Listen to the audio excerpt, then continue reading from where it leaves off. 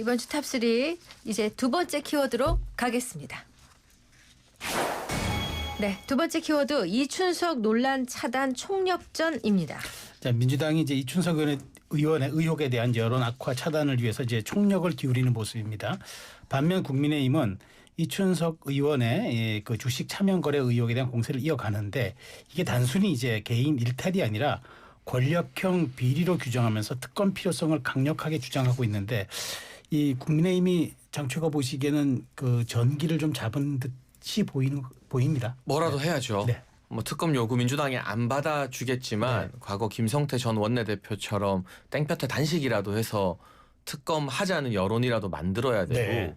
국회의원 전수조사 같은 경우도 107명 동의서라도 의장에게 제출해서 민주당을 압박해야죠. 이거는 단순히 차명 거래가 문제가 아니라 많은 주식 전문가들은 선행매매가 훨씬 더 중대한 범죄 혐의라고 보고 있거든요. 그러니까 국정기획위의 정보를 먼저 알았다는 거잖아요. 본인이 국정기획위에 활동을 하면서. 네. 그러면 이게 일반적인 권력형 범죄가 아니었으면 보통 내부 정보로 선행매매하면 그 회사 압수수색 들어가요. 여기서는 그 회사가 국정기획위인 거예요. 네. 국정기획위원회 압수수색해야 되는 상황인데 살아있는 권력이니까 일반 경찰이나 검찰은 아직 이춘석 의원 자택이나 핸드폰도 압수수색을 못하고 있잖아요. 그러니까 국정기획위에서 AI 정책에 참여했던 사람 중에 이춘석 의원처럼 주식 산 사람이 또 없을까요? 한 명뿐일까요? 그렇게 생각하는 건 너무 순진한 믿음이잖아요. 그러니까 수사를 전방위로 확대해야 된다라는 요구가 저는 아주 과하지는 않다고 보고요. 선행매매 혐의가 드러나면 압수수색 무조건 다 합니다. 네. 최근에는 언론사 기자들이 내부 정보로 선행매매해서 논란이 된 사례가 있는데 네. 관련 기자들 자택 다 압수수색 당했거든요. 이건 검찰과 경찰이 이춘석 의원 개인을 건드려서 그냥 그 개인과 보좌관 정도 찔끔 수사해서 끝낼 사안은 아닌 것 같아요. 어떻게 생각하세요? 지금 이제 경찰이 24명인가요? 투입해가지고 신속히 수사하는 네. 모습 보이고 있잖아요. 민주당에서 제명 조치를 하기도 했고요. 근데 지금 국민의힘에서는 관련돼 있는 사람 전부 전수조사해야 된다. 뭐 이런 식으로 이제 사안을 좀 키워나가는 것 같아요. 저희 야당 입장에서 비판할 만한 사안이다 네. 이렇게 생각해요. 야당이 또 이 부분에 대해서 문제 제기를 할 수는 있다고 보는데요. 근데 전수조사하자 이렇게 하는 건 조금 과한 것 같아요. 그러니까 그러다 보면 이제 자꾸 대치기를 당하게 되는데요. 그러니까 이춘석 의원 건 가지고 자꾸 이렇게 얘기를 하면은요. 예를 들면 권성동 의원이 통일교에서 찐윤이라고 불렸던 의원이고 윤석열 정부 출범 초기 그러니까 당선된 고무렵이었다고 얘기를 하잖아요. 근데 그때 통일교에서 돈 받았다고 하는 혐의가 아주 구체적으로 지금 드러나고 있어요. 그러면은 민주당이 국민의힘 의원들 전부 계좌 다 털어봅시다 이렇게 얘기하면 동의하시겠어요? 그건 아니잖아요. 그러니까 이춘석 의원 건 가지고 일단은 경찰이 수사하는 걸 좀 지켜보고 어느 정도까지 사전 정보를 가지고 매매가 이루어졌는지 아직 구체적으로 우리는 매매가 어떻게 이루어졌는지를 모르잖아요. 확인해 보고 여기에 대해서 또 다른 의문점이 생기면 거기에 따라서 공세를 펼쳐도 좀 충분하다고 봅니다. 그럼 민주당에서 김평론가 보시기에는 지금 추가로 할 수 있는 조치 뭐가 있다고 생각하세요? 일단 지금 제명 조치 외에는 더 이상 하기는 어려울 것 같고요. 네. 또 이재명 대통령이 굉장히 신속하게 수사라고 했잖아요. 네. 그래서 경찰도 지금 신속하게 수사하는 모습을 보였고요. 그러니까 수사 결과를 일단 지켜보고 판단해도 좀 늦지는 않는다고 봅니다. 네. 그리고 그거하고 별도로 집권 여당으로서의 태도를 좀 지적 안 할 수가 없는데요. 네. 그러니까 보통 이제 집권 여당 되면 야 우리가 권력 잡았다 그러면서 긴장을 늦추거나 좀 윤리적인 긴장감이 떨어질 가능성이 있거든요. 네. 그러니까 민주당 의원 또 다른 의원이 그럴 가능성이 있지 않습니까라고 하는 공세를 지금 받고 있는 상황이잖아요. 네. 그러니까 집권 여당 국회의원들은 더 몸조심하고 더 윤리적으로 도덕적인 잣대를 더 엄격하게 만들어야 한다. 그런 계기로 삼아야 된다고 생각해요. 네. 앞으로 비슷한 뭔가 징계 사유가 나온다 하더라도 좀 비슷하게 처리를 해야 된다고 봅니다. 박지원 의원은 의원직 사퇴를 먼저 얘기를 하던데. 저는 할 수만 있다고 하면 이런 의원들은 금배지 떼버려야 된다고 생각해요. 만약에 경찰이 수사했을 때 진짜 내부 정보를 이용해 가지고 더군다나 차명 거래를 했다고 하면 이건 명백한 불법 행위에 해당이 되잖아요. 네. 그런 의원들은 의원직을 사퇴하는 게 맞다고 봅니다. 그런데 아직까지 거기까지는 아니기 때문에 일단 경찰이 신속하게 수사해서 빨리 수사 결과를 발표하고 그 결과 발표된 걸 가지고 국회에서 제명을 하든 그 어떤 조치를 취해야 된다 이렇게 생각합니다. 자, 한편 어제 열린 그 법무부 사면심사위원회가 올해 광복절 특별 사면 명단에 조국 전 대표를 포함한 것으로 전해졌습니다. 조국 전 대표도 있고 조희연 전 서울시 교육감 그리고 조국 전 대표의 부인 정경심 교수까지 포함된 것으로 확인이 됐습니다. 여권 내에서도 사면 시기를 두고는 참 의견이 다양했는데 이번 광복절 특사가 아니라 연말 특사도 있고 한데 첫 사면에 민생 사면부터 해야 되는 거 아니냐 이런 시각도 있는 것 같아요. 여기에 최강욱 전 의원과 윤미향 전 의원도 포함이 되어 있고요. 아 그래요? 네. 그리고 지금 뭐 제가 주로 둘러보는 젊은 사람들 많이 하는 온라인 커뮤니티에서는 이 위안부 할머니들에게 갈 돈을 횡령한 윤미향 전 의원을 어떻게 광복절에 특사를 하느냐. 이게 시기적으로 좀 민감하잖아요. 그러니까 거기에 대한 비판 여론이 의외로 또 조국 전 대표 못지않게 많이 뜨겁게 타오르고 있거든요. 네. 그러니까 대통령의 사면권이 고유 권한이고 저는 국민통합 차원에서 할 수는 있다고 봐요. 그런데 조국, 정경심, 조희연, 최강욱, 윤미향을 정권 첫 번째 사면으로 한 번에 다 한다? 이건 너무 과욕인 것 같아요. 과유불급이고 지금 임기 초에 지지율이 높기 때문에 그냥 막 하고 회초리 먼저 맞고 넘어가야지라는 심산이라면 이런 것들이 결국 누적되어서 나중에 안 좋을 때 문제로 막 불거지기 마련이거든요. 사면이 고유 권한이지만 국민 눈치를 보면서 행사해야 되는 권한인 겁니다. 네. 권력을 잡았다고 마음대로 다 할 수 있는 건 아니죠. 그 과정에서 성원석 원내대표 등이 마치 사면 거래를 하는 것처럼 보였던 것들 역시나 비판받아 마땅하지만 일단 공식적으로 사면 요청하지 않겠다라고 철회를 했고요. 그럼 적어도 입시 비리 등으로 국론을 분열시켰던 조국 전 장관이나 또는 이 광복절이라는 시기에 위안부 할머니 관련 범죄로 형을 네. 확정받은 윤미향 전 의원에 대해서는 시기를 조금 늦추던가 하는 정무적인 고려는 필요하다. 지금 제가 말한 인물들 언론에 보도된 사람들 한 번에 다 하면 이제 정권 잡고 인기 좀 높다고 너무 막 나가네. 국민 눈치 안 보내라는 인식을 받게 될 것 같거든요.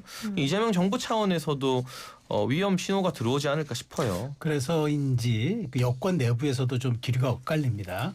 뭐 박수현 의원 이런 분들은 이 상징적인 이 첫 사면을 이런 식으로 하면 안 된다 얘기도 하고 뭐 유인태 의원 같으신 분도 비판을 하고 그 사실 이번 그 광복절 특사는 첫 특사인데다가 연말 특사도 있는 상황에서 첫 사면에는 주로 민생에 집중해야 하지 않느냐 이런 얘기들이 여권의 조금 온건파 의원들 내부에서 나오고 있는데 뭐 대통령의 이제 공이 넘어갔다는 이제 상황이잖아요.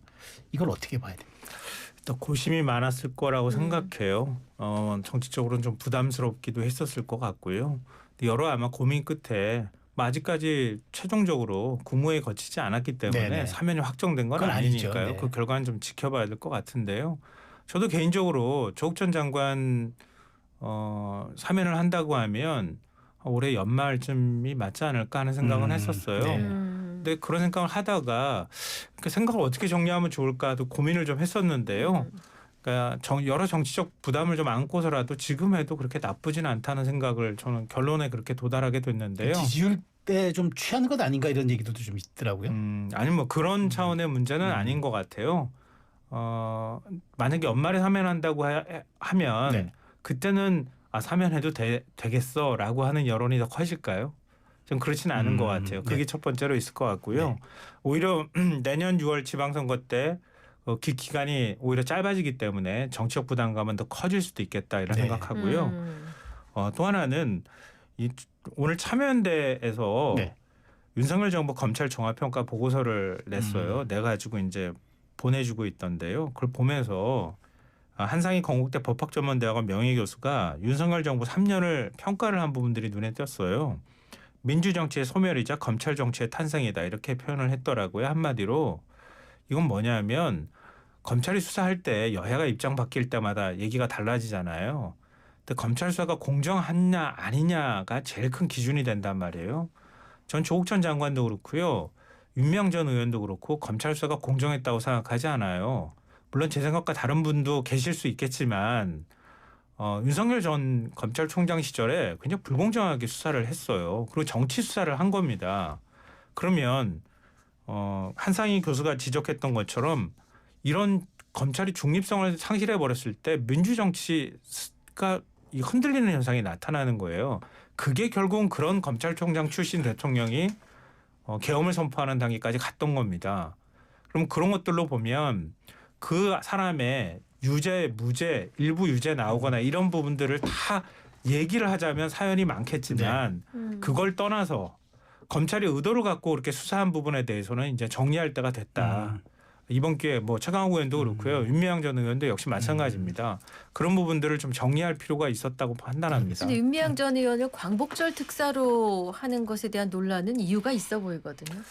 근데 보시는 분들에 따라 아마 그 판결문을 다 읽어보시는 분들은 또 다른 생각 저는 하실 수 있다고 봐요.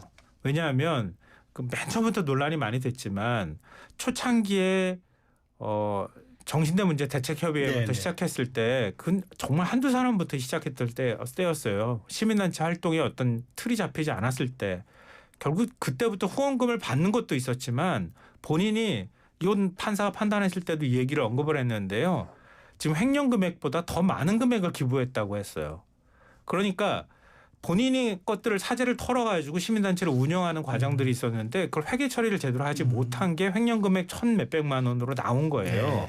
근데 알겠습니다. 그렇지만 법의 네네. 잣대를 들이대면 유죄가 될 수도 있다는 겁니다. 알겠습니다. 근데 제가 짧게 덧붙이면 네. 이 대법원에서 확정된 횡령 금액이 거의 억대 가깝거든요. 네. 네. 아니에요. 7,958만 원이 횡령한 후원금 액수이고요. 그 외에 여가부 인건비 지원 국가보조금 6,520만 원 편취한 혐의를 더하면 이 두 금액은 1억이 넘죠, 합하면. 그러니까 저는 검찰의 수사가 과도했다, 정치적이었다는 주장까지는 민주당에서 할 수 있다고 보지만 결국 판결은 재판부가 내리는 거잖아요. 그러니까 이 재판부가 내린 판결 자체를 부정하면 안 된다. 설령 이분들이 사면이 되더라도 유죄 받은 것에 대해서는 좀 미안하고 송구한 감정을 가져야지. 봐라, 우리는 원래부터 무죄였다. 이런 식이 되면은 국민 갈등만 더 심해지는 거죠. 알겠습니다. 이거 하나만 여쭤보고 다음 키워드 좀 가야 될 것 같아요.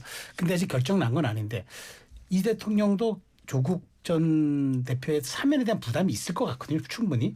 그런데 왜 이걸 이렇게까지 물 위로 끌어올려서 고심하고 있다고 보세요. 지지층들의 강력한 요구 때문일까요? 뭐 아무래도 지지층의 요구가 있을 것이고요. 네. 그리고 조국 전 대표 사면이 부담스럽겠지만 저는 이재명 대통령의 사면권의 최종 목표는 이화영 전 부지사라고 생각을 합니다. 이건 징검다리다. 네, 뭐 저의 정치적 추론입니다만 네. 대북 성공 관련해서 이화영 전 부지사가 처음에는 이재명 대통령에게 굉장히 불리한 진술을 막 했다가 네. 나중에 그 아내분이 막 법정에서 개입하고 하면서 또 진술이 바뀌었거든요.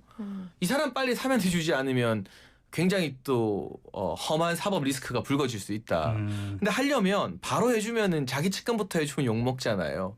그러니까 어떤 진보 야권의 숙제들을 먼저 해결해주는 징검다리로서 연말이나 내년 초에 이화영 전 부지사를 뭐 사면해주는지 안 해주는지는 그때 가서 보면 드러나겠지만 네. 그런 징검다리적 요소가 있다고 생각합니다. 네.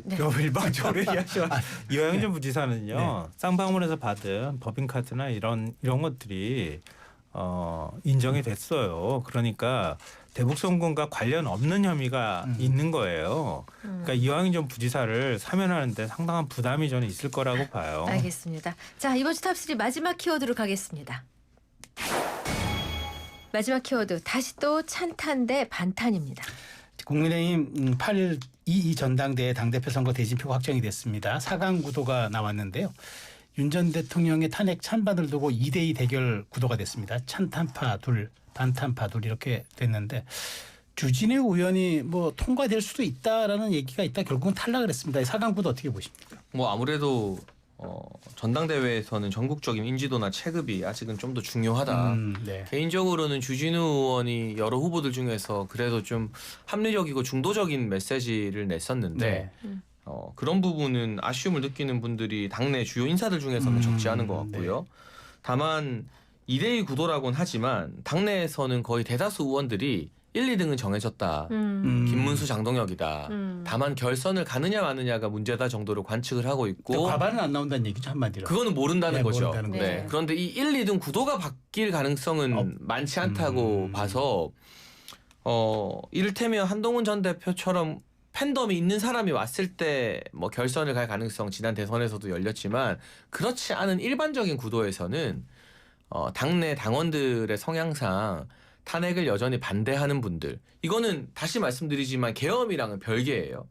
지금 김문수 후보나 장동혁 후보도 계엄은 해서는 안 되는 것이었다, 잘못된 선택이었다고 다 말해요. 근데 탄핵을 반대하는 것은 이제 우리에게 수습할 시간이 부족했다. 이재명 대통령에게 레드카펫 깔아주는 문제이기 때문에 이 탄핵 반대 지분이 한 70% 정도는 되지 않겠나. 7대3 구도가 크게 흔들리지는 않는 것 같다라고 다들 전망을 하고 있는 것 같습니다. 네. 네. 자, 김문수 후보가 그 전한길 씨 등이 포함된 보수 유튜브 연합방송에 출연을 했습니다. 거기에서 비상계엄 당시에 인명피해가 없고 짧게 끝났고 이 등등을 내세우면서 만약에 윤석열 대통령이 입당을 원하면은 뭐 문제 없다, 받겠다 이런 이야기를 했습니다. 이 발언에 대해서 찬탄파 후보인 안철수 후보가 강하게 비판했어요. 국민의힘 전대 과정에 지금 찬탄 반단 계속 논란이 될까요? 그럴 수밖에 없잖아요. 그게 제일 큰 어떤 이슈인 것 같거든요. 그리고 결국은 지난 윤석열 전 대통령의 행태나 아니면 계엄 선포하고 그 이후에 내란이라는 얘기까지 들었던 상황이잖아요. 그래서 결국은 정권을 내준 겁니다.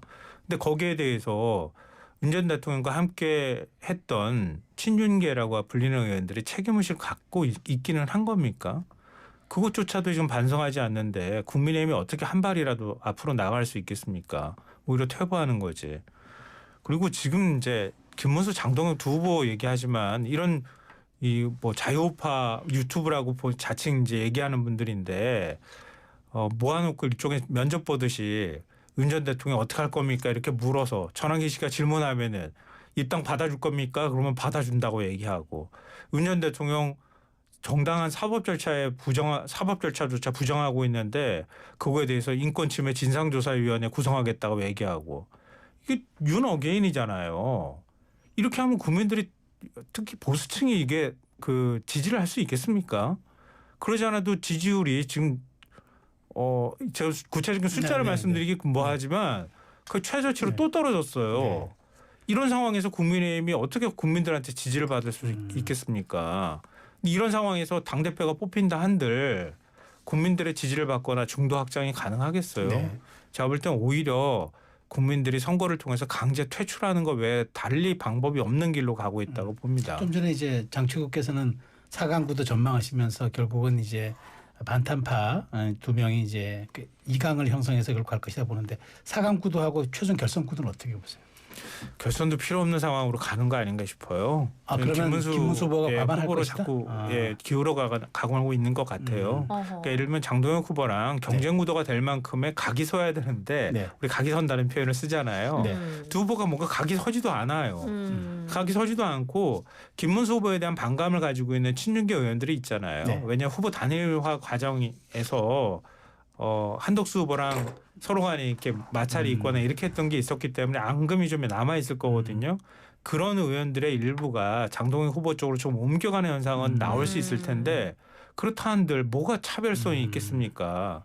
결국은 지금 보수층 대다수는 떠나고 굉장히 강경한 목소리만 내는 지지자들이 80% 전체 투표의 80%를 차지하는 이런 상황이라고 한다면 김문수 후보가 될 가능성이 저는 제일 높다고 생각합니다. 우리 한번 청년 최고위원 하셨으니까 네. 최고위원 선거도 대단히 뜨겁던데 그럼요. 우리 장 최고가 전망하는 최고위원 선거 분석 한번 듣고 싶습니다. 근데 어쨌든 그 한동훈 전 대표는 출마 안 했지만 네. 친한계에서 김근식 위원장, 네. 양향자 전 의원 그리고 청년의 우재준 의원 등이 나와 있는데요. 나왔고. 여기는 이제 나머지 후보들에게는 표가 분산될 수 있는데 친한계 표는 최고위원들 딱 그렇게만 나왔으니까 표가 몰릴 수 있잖아요. 네. 그래서 당대표로 김문수 후보나 장동혁 후보가 당선된다고 해도 제가 말한 3명 중에 한두 명이라도 최고위원에 들어가면 1인 4표제죠 지금. 네. 최고위원은 2명, 청년 최고는 1명 찍으니까. 그러니까. 네. 제가 말한 사람 중에 한두 명이 들어갈 가능성이 꽤 있어요. 현실적으로. 예. 거기는 표가 집중되니까. 네. 그럼 바로 봉숭아 학당 되는 거예요. 혹시 또 다시 뭐 무력화되거나 또 무너지거나 하는 그건 가능성? 이제 당원당규 바뀌어서 그 제도 자체를 없앨 것 같아요. 없어요. 최고위원 네. 4인 사퇴하면은 네. 당 지도부 붕괴되는 규정 자체는 이게 당 대표에 대한 너무 저격성 규정이다 해서 아마 당원당규 개정이 있었던가 있을 것으로 알고 있는데 네. 한두 명 들어가면 아침 최고회의마다 뭐 어느 정도 수위일지 모르겠지만 당대표 하는 말이랑 최고위원은 하는 말이 다르고 이러면 코미디가 되는 거거든요. 네. 그래서 그 부분이 과연 나머지 당원들이 집중 견제로 이를테면 신동욱 의원이나 뭐 김민수 전 대변인처럼 이런 분들에게 표가 모아질지 아니면 표 분산대 표 집중 효과로 친한계가 한 명이라도 당선될지 네네. 그게 이번 전대의 좀 포인트가 되겠죠. 알겠습니다. 여기까지 듣습니다. 이번 주 탑3 지금까지 김성환 시사평론가 장혜찬 전 국민의힘 청년 최고위원과 함께했습니다. 감사합니다. 잘 들었습니다. 감사합니다. 네.